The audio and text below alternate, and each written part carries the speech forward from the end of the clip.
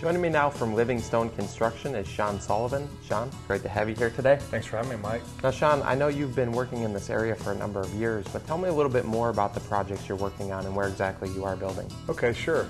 Yeah, we started Livingstone Construction in 1995. We started out doing subcontract work and basically anything we could to put food on the table. We've done everything from footings to roofing, and eventually we got into some renovation work. And once we got licensed, we started building custom homes, which is currently what we do. We still do renovations as a mainstay. Probably 40% of our work is renovation, large-scale renovation and addition, and the rest is custom homes. We build anywhere within an hour of Black Mountain, so we go all the way up to Burnsville, Mountain Air, north from here, to an hour south of here, the foothills and the lakes. Okay, well, Sean, you know, it sounds like no matter what the price point or size of the home is, that you really sit down and get to know your customers' needs. And you know, there are a lot of common misconceptions with building a custom home, but you really do sit down and help them work through that process. Indeed, there are many misconceptions with building a custom home in the mountains. For one, the house has never been built because it's custom, and two, it's a mountain lot. So that type of lot has never been built on before. So clients will come here and they'll ask us what a square foot cost is to build. Well, I can't tell them that with a little bit more specific information. So if the client will come to me with a specific lot in mind and a specific plan, then I can do a historical estimate. And that's done like an appraisal process where I'll take 3 comps of projects that we've built. I've got a bunch of data, and I'll find 3 projects that are similar in scope, topography, and style of house, and I'll blend those square footages and I'll give them a range for what they're looking at. And it's very accurate to what the final project cost ends up being. Okay, well, you know, oftentimes building a home is someone's largest investment, so it's more about the relationship with the builder than the lowest bid, and you do offer a great amount of quality and values and beliefs in building these homes. Yes, another common misconception is that Livingstone's too expensive, we can't afford them. Actually, the truth is that our company has very low overhead, and so our price point is usually, our profit margin is usually less than the majority of builders.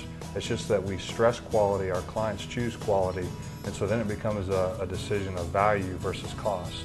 What is the best value for your dollar? Okay.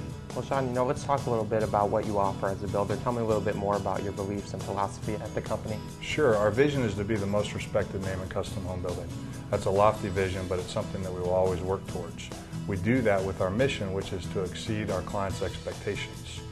Our 5 core values are communication, quality, integrity, value, and timeliness. That is consistent through all of our trades and in every process that we do.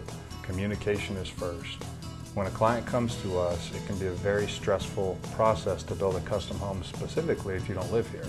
And so we've created everything that we do to cater to that client and keep them in the loop.